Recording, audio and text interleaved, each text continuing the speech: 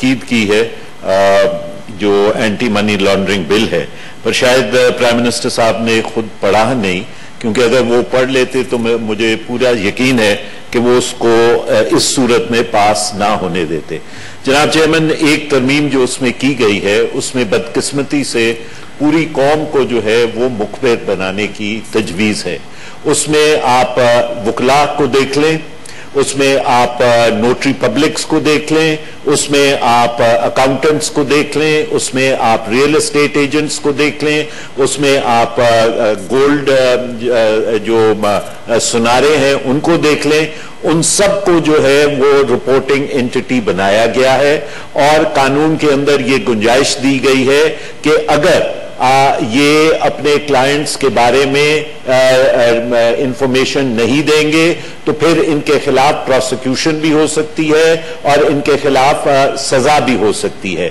ये जनाब चेयरमैन कानून शहादत के अंदर जो सैंक्टिटी दी गई है प्रिविलेज्ड कम्युनिकेशन की वकील और उसके मुवक्किल के दरमियान, ये उस कानून शहादत के कानून के बिल्कुल खिलाफ है और ये एक मुखबरी की स्टेट को जन्म दे रहा है। वेरी क्विकली जनाब चेयरमैन, दूसरा पॉइंट ये है कि इस एक्ट के अंदर सेक्शन 16 के अंदर तरमीम की गई। सेक्शन 16 जो ओरिजिनल एक्ट का था उसमें यह बात कही गई है कि अगर अरेस्ट करना है तो उसे कोर्ट से वारंट लेना होगा। यहां पे इस शिक को खत्म करके और यह कहा गया है कि अगर इन्वेस्टिगेटिंग अफसर को अरेस्ट करना है तो वो बगैर कोर्ट की इजाजत के वो ले सकता है। और दूसरी आखिरी बात जनाब चेयरमैन, जो नेशनल कमिटी है, जो नेशनल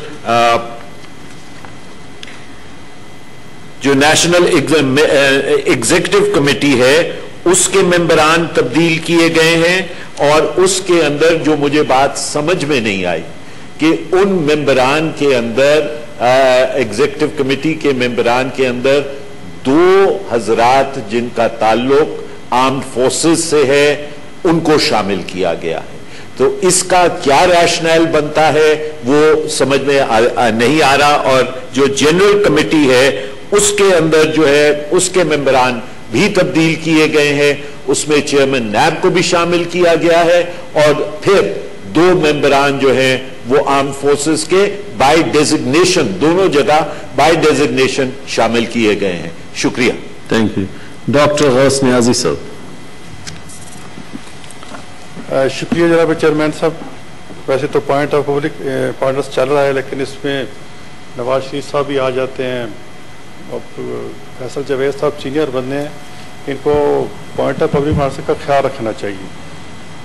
ये नवाज शरीफ साहब तो एक प्रोसीजर के तहत के, उनको काबीना ने इजाजत जी, अभी न्याय साहब जो मुशाहिद साहब ने बात भी की थी, बस अभी आप पॉइंट ऑफ पब्लिक इंपॉर्टेंस पे अगर रहे हैं तो मेहरबानी होगी, बाकी साथी भी इंतजार कर रहे हैं, प्रयोग भी करना है सर। मैं एक सेकंड कि वो प्रोसीजर के तहत के है, उनको फिर कोर्ट के एंडोर्समेंट की फीस की तक है। एक और शख्स भी वहां बैठा है जिनका नाम जाकिर तरीन है, वो किस प्रोसीजर के तहत बैठा है उनकी भी बात की जाए तो फिर बैलेंस एक्ट हो जाएगा। दूसरी अभी फैसल साहब ने बात की अमीर और गरीब की, अवाम और खास की, मैं इसी बात पे बात करना चाहता हूँ कि हर हुकूमत अपने दौर में अवाम की फलाह के लिए, स्टूडेंट्स के लिए और अवाम के लिए कुछ प्रोजेक्ट शुरू करती है। हमारा मुस्लिम यूनियन के दौर में नवाज शरीफ साहब ने 2013 से 18 में 2017 में एक prime minister youth loan programme जो था वो इंट्रोड्यूस कराया था, फिर उन्होंने उसका नाम चेंज करके कामयाब जवान प्रोग्राम रख दिया। तो जब कोविड आया तो एक इंसेंटिव दिया प्राइम मिनिस्टर ने, तो उसमें ये था कि जी जो यूथ लोन थे उनके डेफरमेंट का उन्होंने कहा था और डेफरमेंट तो कुछ हो गए थे। तो उसमें मेरी ये गुजारिश है कि कामयाब जवान जो जिन्होंने लोन लिए उनको तो डेफर कर दिया, लेकिन जो loan prime minister Nawaz Sharif साहब के दौर में लिए गए, जो हमारे लोगों ने लिए, इनको उसमें सब पाकिस्तानियों ने लिए, वो डेफर नहीं किए गए। और अगर अमीर और गरीब के लिए, आवाम और खास के लिए है तो मेहरबानी करके ये रूल यहाँ भी अप्लाई करें। जनाब चेयरमैन, इस पर मैंने पहले भी बात की है, अब भी कह रहा हूँ तो काइंडली कोई आप डायरेक्शन दे इस पे ताकि ये उन लोगों को भी रिलीफ हो सके जिन्होंने कर्जे prime minister youth loan programme के तहत लिए। जी कमेटी को भिजवा देंगे। सेनेटर नुमान वजीर खटक साहब जी। सेनेटर नुमान वजीर खटक। मेहरबानी चेयरमैन साहब, मैं शॉर्ट से तीन चार पॉइंट्स आप बताता हूं सर। एक तो ये कि मैं आपसे सर और हाउस से पूछना चाहता हूं कि इस वक्त पाकिस्तान में सबसे सस्ती बिजली कौन सा सूबा बनाता है? केपीके बनाता है, हाइडल बिजली बनाता है सबसे सस्ती। और पाकिस्तान में सबसे सस्ती बिजली मिलती किस सूबे को है, किस शहर को? कराची शहर को। ₹2.98 बिजली सस्ती मिलती है। मेरे I will like someone to challenge this कि मैं गलत बोल रहा हूं। ₹2.98 सस्ती बनती है। जो मैंने रेस किया उसके साथ मोनू सलाई जो के इलेक्ट्रिक का चीफ एग्जीक्यूटिव है, उसको मैंने कहा तुमने 114 अरब रुपए का नुकसान पहुंचाया। कहते नहीं 114 नहीं 78 अरब का। This was his answer and आगे डिबेट 114 अरब का ही है। 114 अरब रुपए की फोर्स सब्सिडी के इलेक्ट्रिक को दी गई इस केस के अंदर। मैं आपसे सवाल ये सर आपसे रिक्वेस्ट ये है, बाकी सबसे आप करें या जो भी करना चाहें कि प्लीज रेज दिस इशू कि वाई के इलेक्ट्रिक वाला 114 अरब रुपए की सब्सिडी दे, तो ये बड़ा एक सीरियस कंसर्न है। This should be handle sir. Number 2 sir, मेरा पॉइंट ये है कि जितनी गाड़ियां पाकिस्तान में, अहमद साहब ने बात की, गाड़ियां पाकिस्तान में बन रही होती है, देर कोई स्टैंडर्ड फॉलो नहीं कर रहे। सेफ्टी स्टैंडर्ड दुनिया भर में होता है, आपने क्रैश टेस्ट करना होता है, सेफ्टी हार्नेस को टेस्ट करना होता है, कोई नहीं स्टैंडर्ड नहीं है, कोई फॉलो कोई भी नहीं कर रहा है, कोई नहीं स्टैंडर्ड है। अभी हमारी हुकूमत ने कैबिनेट में अप्रूव कर दिया, WP29 स्टैंडर्ड है, WP29 स्टैंडर्ड अप्रूव हुआ जो पिछले से चला हुआ था। PSQCA में पाकिस्तान स्टैंडर्ड क्वालिटी अथॉरिटी ने स्टैंडर्ड डिफाइन कर दिया, कोई फॉलो नहीं कर रहा, कोई फॉलो नहीं कर रहा, कोई क्वालिटी नहीं फॉलो कर रहा। दुनिया में स्पेक्स होता है +-0.3, ये कर रहे +-7 एरर में चल रहे हैं। मैं आपसे सर रिक्वेस्ट है कि ये काइंडली कमेटी को रेफर किया जाए कि स्टैंडिंग कमेटी जो स्टैंडर्ड्स है, डिफाइंड स्टैंडर्ड्स है, you must follow, number 1। Number 2, price transfer जो कर रहा है ये भी इस कमेटी को भेजे कि $100 की चीज है, वो कहता है मैं बाहर से मंगवा रहा हूँ $100 की, मंगवा ही नहीं रहा, वो डॉलर की चीज है और टेक्नोलॉजी। तो प्राइस ट्रांसफरिंग हो गया और स्टैंडर्ड्स का हो गया सर। तीसरा सर, मैं आपको ये चीज बताना चाहता हूं कि हमारे 186 स्टेट ओन एंटरप्राइजेज हैं जो सरकार के कारखाने। ये सर ये गलत बात कर रहे हैं, कहते हैं बिलोरानी ट्रांसपोर्ट की बात को BRT भूल जाओ, BRT भूल जाइए, छोड़े उसको। ये SOE सर 4.5 लाख 4 लाख लोग चढ़ते हैं बिलो उस पर BRT पर सर डेली। ये SOE की सर बात जो हो रही है, 186 स्टेट ओन एंटरप्राइजेज है, कितना नुकसान सर करते हैं? 1360 अरब रुपए नुकसान करते हैं सर, 1360 अरब रुपए।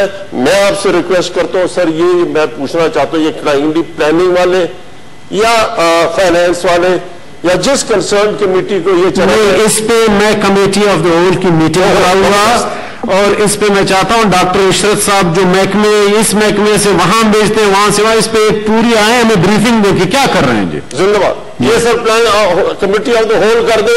ये बहुत 1360 अरब रुपए नुकसान करते हैं कारखाने हमारी जो सरकार के, तनख्वाहें दे रहे, प्रोडक्शन कुछ नहीं। स्टील मिल को 4 साल से तनख्वाह मिल रही है, 1 किलो नहीं बनाया, बाकी भी सारे ऐसे इदारे। इसमें डिस्कशन आप करें sir, it will be great contribution. बिल्कुल ये जरूरत है इस वक्त। एंड इन कंपैरिजन जो हम डिफेंस की बात करते हैं, 780 बिलियन डिफेंस को दिया गया, ये 1360 नुकसान करता है। ये हेड ऑन ले, मेहरबानी करें, आपने कर दिया, बहुत अच्छा, कमेटी ऑफ द होल। चौथा सर, आपकी सूबे की बात, मैं बलूचिस्तान से ताल्लुक नहीं, लेकिन दिल खफा होता है जो डाउन ट्रॉडन होता है, जिसके साथ जाती हो उस आदमी को, we must support him with whatever the province. बिजली है नहीं, सोलर ट्यूबवेल जितने भी लगने चाहिए बलूचिस्तान में लगने चाहिए, प्रायोरिटी नहीं, only solar tubes have to be installed in Balochistan, none in KPK, none in Punjab. जहां बिजली है उसको क्या लगा, बिजली तो कर रहा है, उधर क्या सोलर लगा रहे हो? मैं अपने KPK में देखता हूं सर, बिजली अवेलेबल है, सोलर लगाया जा रहा है, सरकार लगा रही है, क्यों लगा रही है चीजें? तो ये इस पर भी सर अगर आप कुछ इस पर कोई ऐसा एक्शन ले ले। एंड फाइनली सर जी, जो पाकिस्तान में इस बार रिकॉर्ड बिजली बनी 23,700 मेगावाट। सर गौर से सुने, मेरे साथी भी सुने थे, 23,700 मेगावाट बिजली इस गर्मियों में चले, रिकॉर्ड चढ़ी। ये सर्दियों में क्या हो जाती है? ये 23,700 से गिरकर हो जाती है 7,600, यानी गर्मियों में 15,000 मेगावाट बिजली ज्यादा कंज्यूम होती है। किस लिए कंज्यूम होती है? या एसी जो आपने लगाया हुआ है, या पंखे चल रहे हैं। पंखे सर 6,000 मेगावाट पाकिस्तान में पंखा कंज्यूम करता है, उतनी बिजली करता है जितनी आपकी सर्दियों में टोटल पाकिस्तान, तकरीबन उतनी। पंखे जो दुनिया भर में उसका स्टैंडर्ड है 20 वाट्स, 20 वाट पर पंखा चलता है। पाकिस्तान में पति पुराना टेक्नोलॉजी चली आ रही है, 80 से 90 वाट का पंखा होता है कोई, या आजकल इन्वर्टर टेक्नोलॉजी आ गई। मैं आपसे ये गुजारिश क्या करना चाहिए, अगर साइंस एंड टेक्नोलॉजी की कमेटी है, ये उसको भेजा जाए कि वो जो बड़ा अहम इशू, उसको अगर हम ये करते हैं सर, इससे ये हम 20 वाट के पंखे ले, आपको पता है कितनी सेविंग होगी? 3,000 मेगावाट। 3,000 मेगावाट का अगर रफ एस्टिमेट करें तो आपको कुछ $7 ट्रिलियन का खर्चा अगर डैम बनाते हैं। जापान ने पिछले 8-9 सालों के अंदर एक बिजली का कारखाना नहीं लगाया। उनने ये अप्लायंसेस पर, ये व्हाइट अप्लायंसेस कहते हैं, व्हाइट अप्लायंसेस पर अपना जो बिजली का खर्चा है उसको एफिशिएंट बनाया। तो इसको साइंस एंड टेक्नोलॉजी भिजवा दिया। Thank you very much sir. कल मैंने एक उसका डिटेल, फिर मैं रूलिंग